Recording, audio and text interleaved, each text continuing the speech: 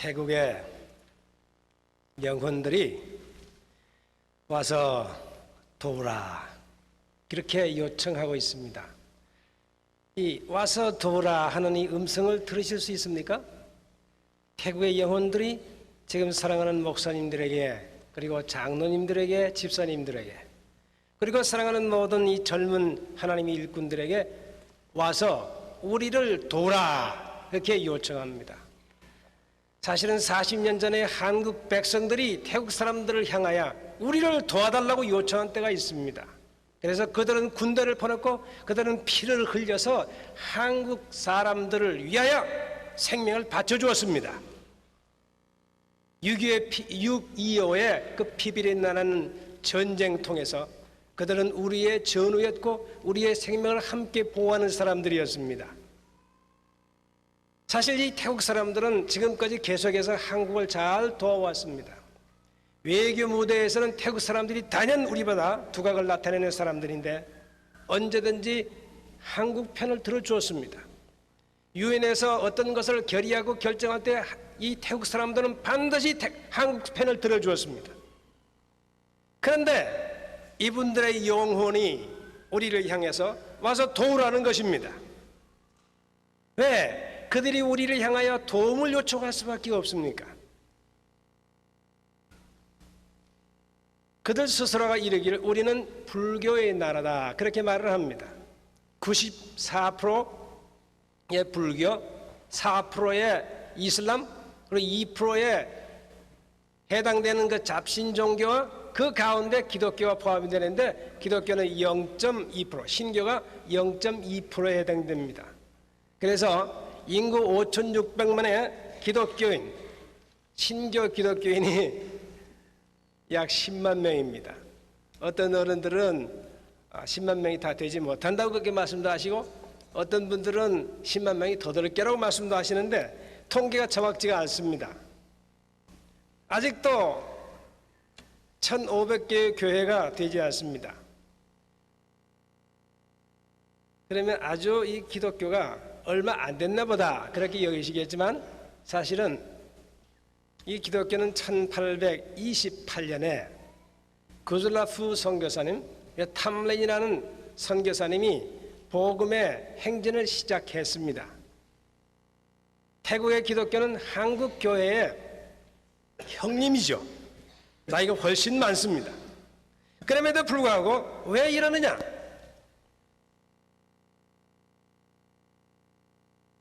태국 사람들은 종교심이 많습니다. 그래서 어떤 분은 이렇게 표현을 합니다. 300% of grace, 300%의 종교성을 가지고 있다는 겁니다. 한 태국 사람이 불교를 100% 믿습니다. 그리고 귀신 숭배를 100% 하고 있습니다. 뿐만 아니라 힌두이스틱 브라ಹ마니즘, 그 리추얼, 의식, 그런 의식 종교를 철두철미하게 섬기는 그런 백성들이죠. 불교에 100% 젖었습니다. 아침 5시 반이면 스님들이 탁발을 나가십니다.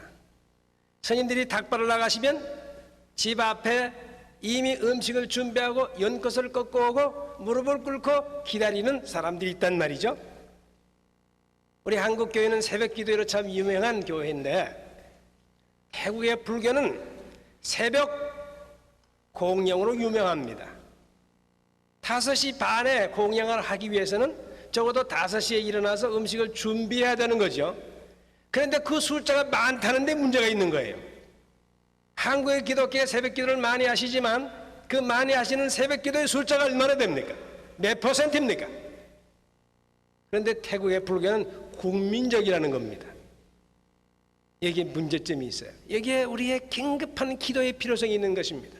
여기에 싸움이 있는 것입니다. 여기에 우리의 힘을 합쳐서 함께 나가서 공격해야 되고 거기에서 함께 싸움을 해야 될 중요한 긴급함이 여기에 있습니다. 사실 이 불교만 그런 것이 아닙니다. 불교는 절 중심입니다. 일주일에 한 번은 절에 가서 공양을 하고 그리고 촛불을 켜서 바치고 절을 3바퀴 돌고 절을 3번 하는 그런 행사를 할 뿐만 아니라 자기 집에서는 조상신을 섬기고 그리고 자기 마당에는 그 마당에 있는 귀신을 섬기고 마을에는 마을에 있는 귀신을 섬겨야 합니다. 귀신 섬기는 것은 안방에서 시작됩니다. 그렇기 때문에 여기는 영적인 전투가 심각한 것이죠. 그렇기 때문에 모든 성도들이 힘이 필요하고 모든 성도들의 기도가 요구되는 것이에요. 보통 태국은 버려진 땅, 불모의 땅이라고 이야기들을 합니다. 사실 태국은 어떤 면에서 기독교의 불모지입니다. 1840년대에 미국 장로교가 선교사들을 보냈습니다. 그런데 18년 동안 전도를 그렇게 열심히 하고 그 18년 동안 어떤 선교사는 죽고 18년 동안에 걸쳐서 교회당을 지었지만 그 교회당 안에 태국 교인은 한 사람도 없었습니다. 그러나 19년 되었을 때 한 사람을 전도해서 예수 믿게 함으로 기독교인이 그 교회 안에서 주인 노릇을 하게 됩니다. 그런데 이 태국이라는 나라가 정말로 불모의 땅일까요? 버려진 땅이며 하나님이 사랑하지 않는 나라일까요? 하나님께서 태국 땅은 필요가 없다. 태국의 백성들은 내가 버렸노라. 내가 너희들을 받아들이지 않겠다고 말씀하실까요? 그렇지가 않습니다. 여러분이 잘 아시는 대로 이 태국이라는 나라를 하나님께서 사랑하신다는 거 분명하죠? 그건 믿으실 수 있죠? 하나님이 태국을 사랑하십니다. 그렇기 때문에 태국의 선교 사역이 필요하고 태국에서 복음의 역사가 필요하고 태국을 위한 기도가 필요하고 태국을 위해서 몸을 들여야 할 필요가 있습니다. 이것이 우리에게 도전입니다. 선교사들이 많이 나가셔서 전도 잘 되는 곳에 선교사들이 많이 나가셔야 됩니다. 빨리 주술해야 됩니다. 그런데 사실은 이 태국 같은 나라는 더 많은 노력이 필요한 것입니다. 더 많은 기도가 필요합니다. 더 많은 사람들이 필요합니다. 하나님은 오늘 사랑하는 형님들, 사랑하는 누님들이 이 일을 가지고 자기의 문제로 안고 책임을 지고 기도할 것을 요청하고 있습니다. 하나님께서 태국에 한국에 일꾼들을 보내기 시작하셨습니다. 1955년 우리 하나님께서 최찬행 목사님과 그리고 그 이어서 김순일 목사님을 보내심으로 한국 선교를 시작하게 하셨습니다. 지금 한국 선교사들이 약 50가정이 있고 이들이 힘을 써서 부지런히 열심히 일하고 있습니다. 교회를 개척하는 일, 그리고 지도자를 육성하기 위해서 신학을 가르치고 훈련시키는 일, 교역자들을 재무장하기 위해서 교역자 훈련, 평신도 지도자 훈련, 이런 훈련들을 지금 열심히 하고 있습니다. 그리고 산족들, 태국의 언어가 68개 언어라고 최근에 바뀌어졌습니다. 말하자면 태국에 68개 이상의 부족들이 살고 있다는 뜻입니다.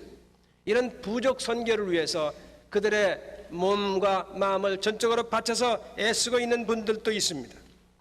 나 혼자처럼 비참하게 그 인생을 버린 그런 사람들을 위하여 힘을 쓰고 그들을 위하여 거대한 이 선교 단체를 만들어서 애를 쓰시는 분들이 있습니다. 이처럼 열심히 노력해오고 있는 이 기독교에 대해서 태국 사람들은 어떻게 생각하느냐? 저거는 서양 종교다. 태국인의 종교가 아니다. 저거는 서양 사람들이 믿는 종교이기 때문에 우리에게 맞지 않다. 이런 이야기들을 하고 있습니다. 왜 그럴까요? 서양 선교사님들이 먼저 가서 전도를 했기 때문에 그런 것도 사실입니다.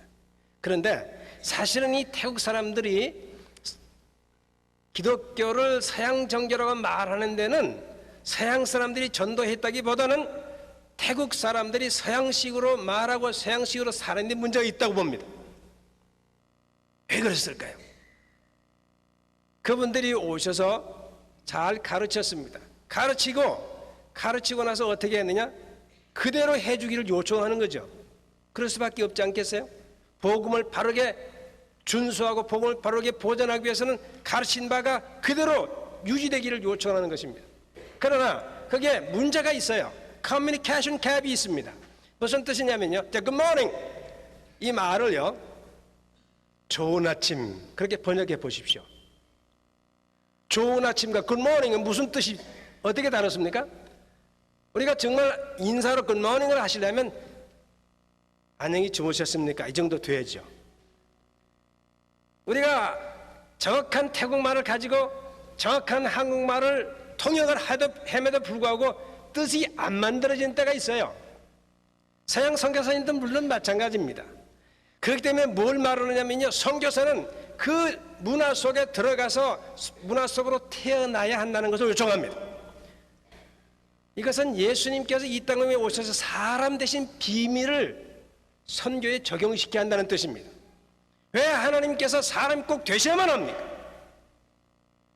선교사는 그 지역에 들어가서 그 사람 속에 살고 그 사람들처럼 되어버려야 됩니다. 적어도 그 사람처럼 되기 위해서 노력을 하지 않으면 아니 됩니다. 그 사람들과 자기를 일치시키고 그 사람들과 함께 살고 그 사람들이 먹는 밥을 먹고 그 사람들과 함께 자느려고 노력을 하면서 그 사람들의 의식구조를 배워야만 그들에게 복음을 바로 전가할 수가 있지 않겠습니까?